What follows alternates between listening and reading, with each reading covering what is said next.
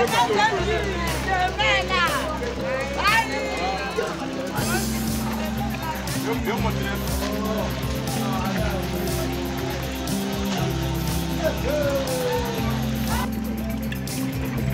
est ouvert, hein? Il est ouvert depuis 1 an.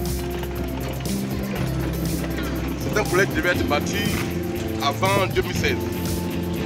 Ce site. Malheureusement, le site avait été colonisé.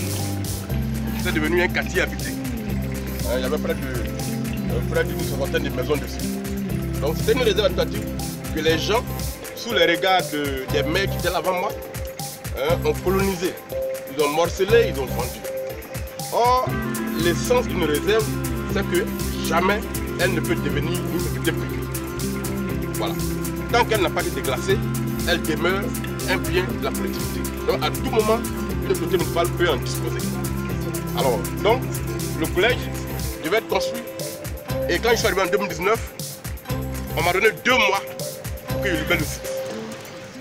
Vous voyez, ainsi que les maires n'ont pas pu libérer pendant 20 ans, moi on m'a donné 2 mois pour le libérer. Devant les difficultés du lycée moderne de Tazalé, c'était le seul développement public où les enfants sont assis à 130 par classe. Le maire devait prendre une décision. Eh bien, j'ai fait déguerpir d'autorité tout le site. 56 maisons ont été rasées ici. Voilà. C'est pour vous dire quoi? C'est pour vous dire que quand il s'agit de poser des actes qui protègent l'intérêt de la collectivité, le maire n'hésite pas.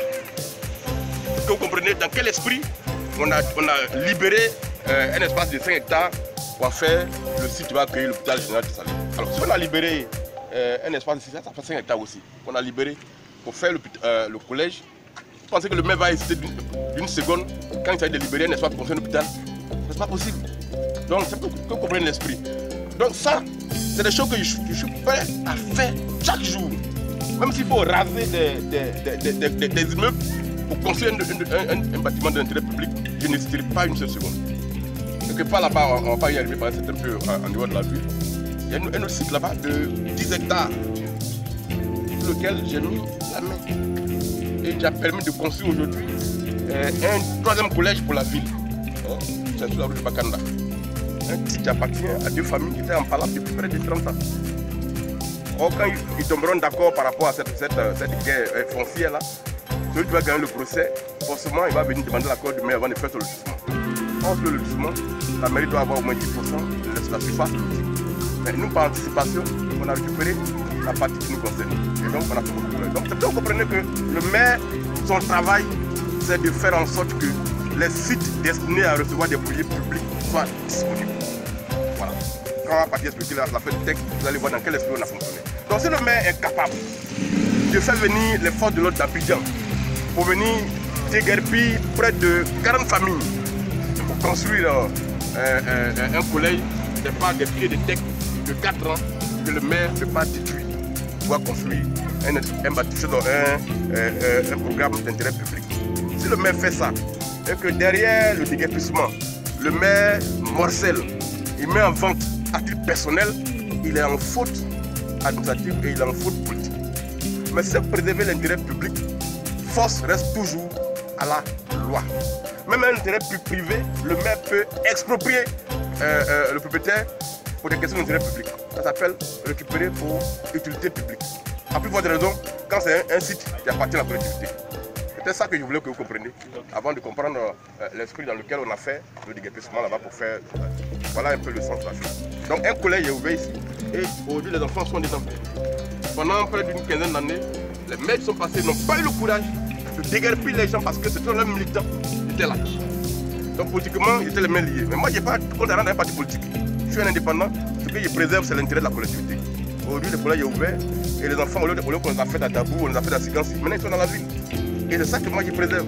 Donc pour ça là, même si on doit faire 500 articles de presse contre le maire, je suis prêt à faire le travail pour lequel j'ai été élu. Est-ce que je veux que les gens comprennent? Voilà, merci beaucoup. Voilà. C'est 5 hectares. J'avais été prolongé vendu. Voilà.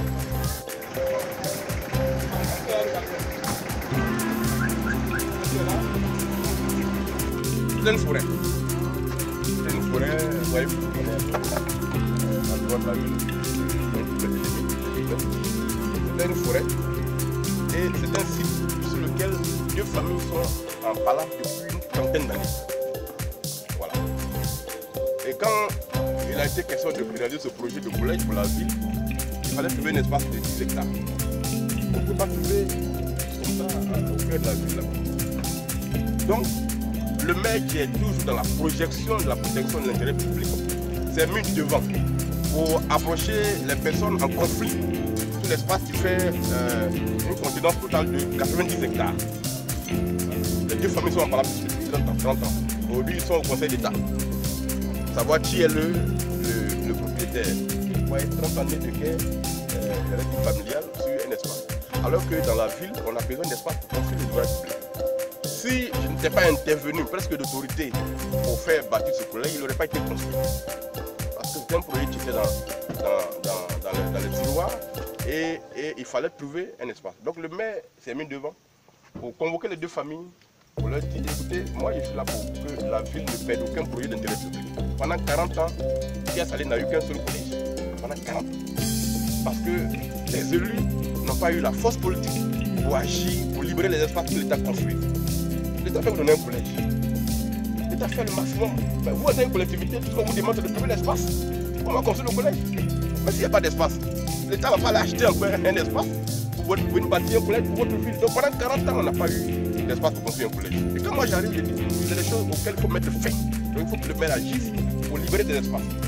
Donc ces familles-là, on les a convoquées et on leur a dit, vous êtes en guerre sur un espace de 90 hectares. Tôt ou tard, l'une des 2 familles va remporter le procès. Mais quand elle aura remporté le procès, elle aura maintenant les propriétés sur la parcelle. Mais pour lotir la parcelle, il faudra que le maire signe un document pour l'autoriser dans le fait. Or, le maire va garantir qu'en faisant le lotissement, vous allez préserver les sites d'intérêt public, ce qu'on appelle les réserves administratives. Quand on fait un ratio sur 90 hectares, il y a autour de 10 hectares qui reviennent dans la collectivité. Vous pouvez continuer à faire vos bagarres, mais moi j'ai une urgence, on doit faire partie d'un collège. Donc par anticipation, moi je récupère les 10 hectares qu'on pourrait avoir dans 20 ans maintenant. C'est pour ça que les familles ont donné leur accord, parce que là, le maire ne prenait pas position pour un camp, mais il préservait l'intérêt de la collectivité. Le collège a été bâti. Voilà. Ça a été bâti dans un contexte tellement particulier que le ministère n'a pas percuté, parce qu'il n'était pas sûr que le maire allait obtenir l'espace pour bâtir le collège. Et donc quand on l'a bâti, ça a été bâti. Actuellement, ce collège n'existe pas en réalité dans les fichiers du ministère. Puisqu'il fallait que le maire fasse inscrire ça à la carte scolaire avant que le ministère prenne un arrêté pour créer et donner un code afin que les enfants soient affectés. Et donc, ça a été bâti dans ce contexte-là. Et aujourd'hui, nous sommes en train de faire les démarches au niveau du ministère pour que, de façon exceptionnelle, on prenne un arrêté pour créer et qu'on désengorge un peu le lycée pour qu'on envoie une partie des élèves ici. Donc, ça peut vous montrer quoi? Vous montrer que l'esprit de l'équipe municipale, c'est de mettre tous les moyens en œuvre pour que on préserve l'intérêt public. Quand il s'agit de ça, nous sommes déterminés à agir. Voilà comment nous fonctionnons ici. Et ça, moi je peux partir ici dans 2 ans ou dans 5 ans, mais c'est pour la ville. Voilà. Ça n'a pas coûté un rond à la collectivité, puisqu'on n'a fait que préserver l'intérêt public. C'est un peu ça que nous sommes en train de faire dans cette ville. Et que peut-être que ce qui a manqué, c'est qu'on n'a pas peut-être organisé ce genre de rencontre pour que vous compreniez un peu l'esprit dans lequel les élus fonctionnent. En tout cas, les élus qui veulent travailler, ils ont un esprit de développeur et ils ont un esprit d'engagement qui leur permet d'agir quand il s'agit de préserver les on est tous à Abidjan, c'est pas sous nos yeux où l'État de Côte d'Ivoire récupère des espaces pour l'intérêt public. Donc il y a des procédures après qui font par derrière. Vous avez vu l'hôtel qui était en face de Sapobaï. Comment on appelle ça là?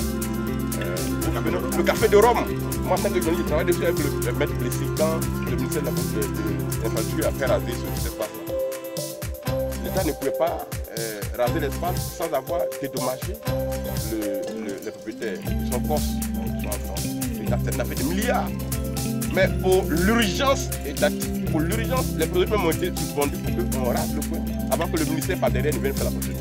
Donc l'urgence peut justifier que la collectivité, que l'État, qu'un ministère agisse avant de venir corriger ce qu'il y a. C'est ce que nous avons fait ici à l'État. Et nous sommes surpris que cela devienne une affaire d'État et qu'on projette sur notre ville non pas des lumières de positivité, mais des lumières de négativité.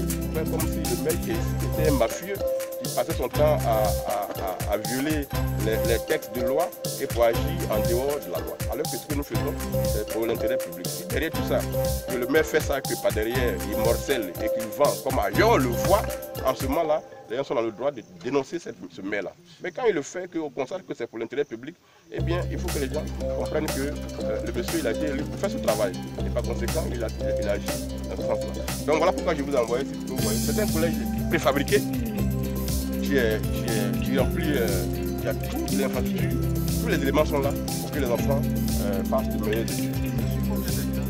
C'est sur 8 hectares. Comment? C'est sur 10 hectares. Là, il y a 8 tonnes déjà bâties. Voilà. Le collège a été bâti sur 10 hectares. Et il y a 2 hectares qui vont servir aux activités extrascolaires pour la vie. Vous voyez, si le maire devait attendre que la justice tranche à Abidjan avant d'agir ici, qu'est-ce qu'il faut que dans un an on ne perde pas le projet? Voilà l'urgence. Donc on est dans l'urgence, on agit dans l'urgence. On ne peut pas attendre.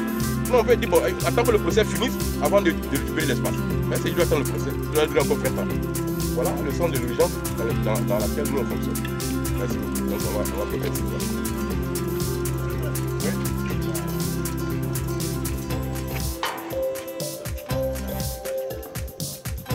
Bon, appelle chose, comme ça. Appelle le métier. Il va faire le petit, il va venir faire la fête.